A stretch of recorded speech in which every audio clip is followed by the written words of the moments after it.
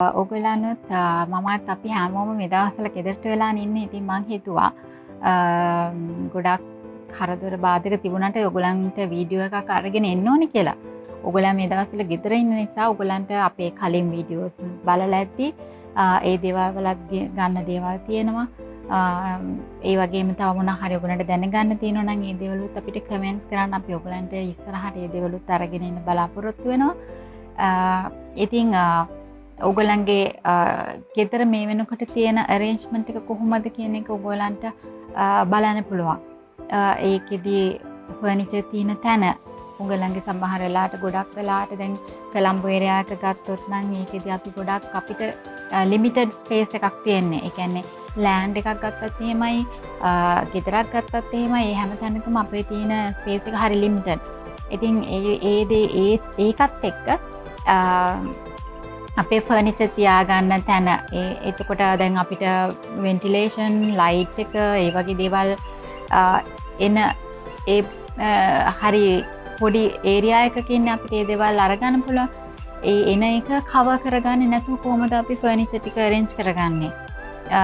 එතකොට අපි දැන් සමහර අයට අපේ ගොඩක් අඳුරු තැනක් නම් අපේ ගෙදර ගොඩක් අඳුරුයි නම් අපි ඒකෙදී use කරන curtains ලයිට් වේට්, ඒ වගේම ලයිට් කලර්ස්, ඒ වගේම ගොඩක් ට්‍රාන්ස්පේරන්ට් මටීරියල්ස් වගේව ගන්නවා නම් අපිට ඒකෙන් ලයිට් එක වෙන්ටිලේෂන් වගේ දේවල් ගොඩක් ගන්න පුළුවන් ඇතුළට. ඉතින් ඒ දේවල් ගැන කන්සිඩර් කරන්න පුළුවන්.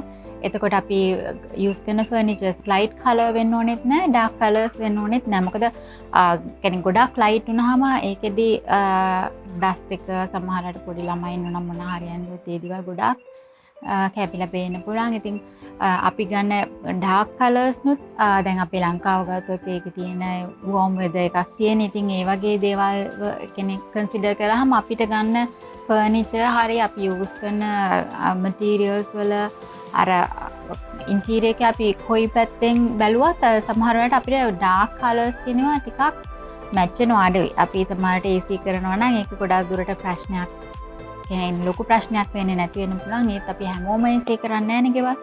එතකොට ඩාර්ක් කලර්ස් වලට ගොඩක් වෙලාවට නොගිහින් ඉන්න පුළුවන් නම් වැඩිය හොඳයි.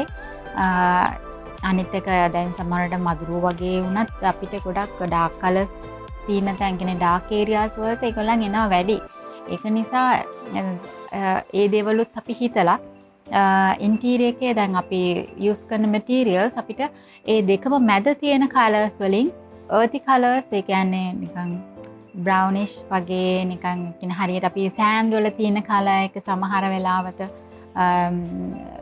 කියන්නේ ගොඩක් bright නැති green colors වගේ එහෙම colors තියෙනවා. හැබැයි ඒ වුණාට ගොඩක් colors වලට යන්නේ නැතුව highlight වෙන colors වලින් අපිට ඒ දේවල් select කරගන්න පුළුවන්. අර ගොඩක් highlight වෙන colors, bright colors අපි use කරාම ඒක අර අපිට හැමතිස්සෙම දකිනකොට අපේ ඇස් වලට ඊට පස්සේ අපේ මයින්ඩ් එකට ඒ දේවල් ඉෆෙක්ට් කරනවා. ඉතින් ඒක නිසා ඒ දේවල් ඔයගලන්ට හිතලා ඔයගලගේ තියෙන ෆර්නිචර් එකකින් ඔයගලන් අලුතෙන් ගන්නවා නම් හරි වෙනස් කරනවා නම් හරි ඒ දේවල් ඔයගලන්ට කන්සිඩර් කරන්න පුළුවන්. ඒ වගේම ඔයගලගේ දැනට තියෙන ෆර්නිචර් වල සමහර වෙලාවට ඔයගලන්ගේ මොන හරි එකේ මටීරියල් එක වෙනස් කරගන්න නම් ඒ දේවල් අපිට කන්සිඩර් කරන්න පුළුවන්. ඉතින් තියෙන ෆර්නිචර් අපි තියෙන තැනත් අපේ ලයිට් කලර් කියන්නේ අපේ ඒරියා එක ලයිට් වෙන්න ඕනද අපිට ගොඩාක් එළිය වැඩි කියන්නේ වැඩි වගේ මං හිතන්නේ නැහැ එහෙම ගොඩක් කෙනෙක් හිතනවා කියලා. ගොඩක් අපිට තියෙන ප්‍රශ්න නම් අපේ ස්පේස් එක අඳුරුයි වගේ කියන ප්‍රශ්නේ තමයි ගොඩක් අයට තියෙන්නේ. ඉතින් වෙන්ටිලේෂන් මදි ප්‍රශ්නේ. මොකද අපේ තියෙන වෝම් වෙදර් එකත් එක්ක අපිට වෙන්ටිලේෂන් අපිට හරියම වැදගත්. ඉතින් මේ දේවල් කන්සිඩර් කරලා ඔයගලන්ගේ ෆර්නිචර් අරේන්ජ්මන්ට් එක කරගන්න පුළුවන්. මේ දවස්වල පොඩක් ඔයගලන්ගේ ෆර්නිචර් හැමයා කරලා හදාගන්න පුළුවන් ස්පේස් එක. අනිත් එක ඔයගලන්ට යන්න එන්න පුළුවන් විදියට කෙනෙක් දැන් ලිවිං රූම් එකක් ගත්තොත් ඒ ස්පේස් එක අපිට ෆන්ක්ෂන් වෙන විදියට ඩිස්ටර්බ් වෙන්නේ නැතුව ඉඳ ගන්න පුළුවන්. එහා මෙහා යන්න පුළුවන්. අපිට දැන් වින්ඩෝ එකක් ගාවට යනවා නම් ඒ වින්ඩෝ එක ගාවට යන ස්පේස් එක තියන්න කොහොමද මේ දේවල් හිතලා මේ arrange කරගන්න පුළුවන්. මම හිතනවා ඔයගලන්ට මේ දවස්වල ඕන තරම් කාලේ තියෙන ওই දේවල් හිතන්න. ඉතින් එහෙම හිතලා ඔයගලන්ගේ ස්පේස් එක arrange කරගන්න පුළුවන් වෙයි කියලා හිතනවා. ඉතින් අපි මේ වගේ දේවල් තව ඉස්සරහට කතා කරමු. අපි ගෙදරට වෙලා ඉන්න වෙලාවේදී ඔයගලන්ට මේ දේවල් හදාගන්න තව මොනවා හරි දැනගන්න තියෙනවා නම් අපිට කමෙන්ට් කරන්න. අපි ඉස්සරහට මේ වගේ දේවල් අරගෙන තවත් වීඩියෝ එකකින් හමු වෙමු.